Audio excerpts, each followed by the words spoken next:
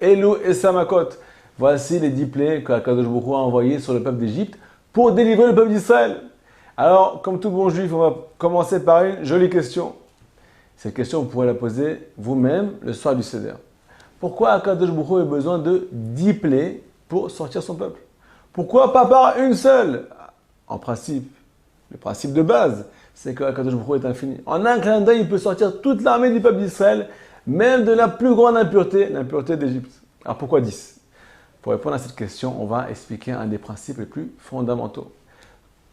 Qu'est-ce que représente l'exil de l'Égypte? De là, on va pouvoir comprendre pourquoi le chiffre 10. Alors il faut savoir que Pharaon, qui représente l'Égypte, qui est le roi d'Égypte, il avait des convictions un peu particulières. Il ne croyait pas que Akadosh Baruch Hu dirige ce monde dans les moindres détails, que c'est Hachem qui régit ce monde. En 2 mots, Hachem a créé ce monde et il a laissé la nature maintenant. Maintenant, c'est la nature qui dirige les choses. Preuve à l'appui. Pharaon ne croyait pas en tous les noms d'Akadosh Baruch Hu. Il croyait seulement au nom Elohim. Le nom Elohim qui a la même valeur numérique que Hateva, la nature. C'est la nature qui régit ce monde. Par contre, le nom Yud Kevavke, qui fait référence à la providence divine, ça, il n'y croyait pas. Bon, ça représente l'exil.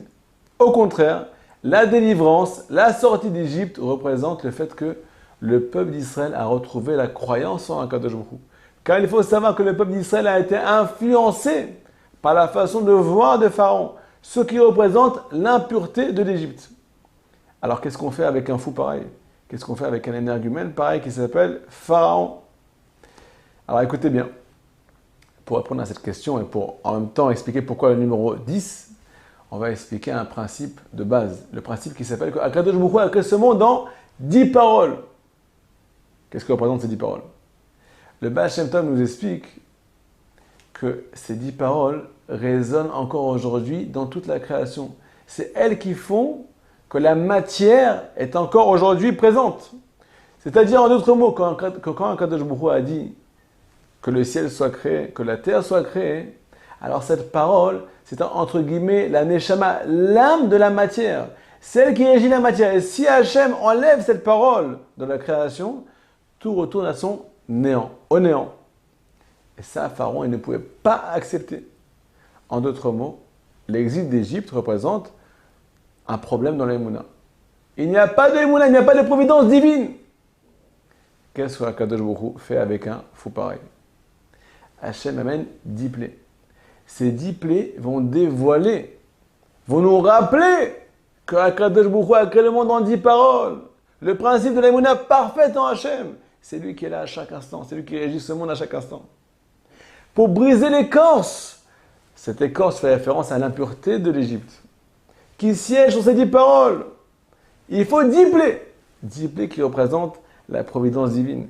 Ces 10 plaies, il faut savoir qu'elles sont marquées dans le livre, elles ont agi dans le ciel, aussi dans l'air et aussi sur la terre, pour expliquer à Pharaon, pour expliquer à notre Yetzirah qu'il n'y a que Hachem qui régit ce monde. Il faut savoir que l'Égypte, elle est encore aujourd'hui en nous. Cette Égypte représente l'exil spirituel. Il y a un petit pharaon qui siège en nous. Ce pharaon nous dit, il n'y a pas de providence divine. Ce n'est pas Hachem qui dirige ta vie. Alors, il faut savoir que c'est ça le plus grand exil. Comme le dit Rabbi Nachman de Breslev, le plus grand exil matériel, spirituel, physique, psychique, passe par le fait qu'un juif se sent seul. Il ne sent pas que Hachem est avec lui, que Hachem est avec lui à chaque instant et qu'il dirige toutes ses actions. Je vous souhaite un bon Seder et une bonne délivrance. Chazak ou Baruch.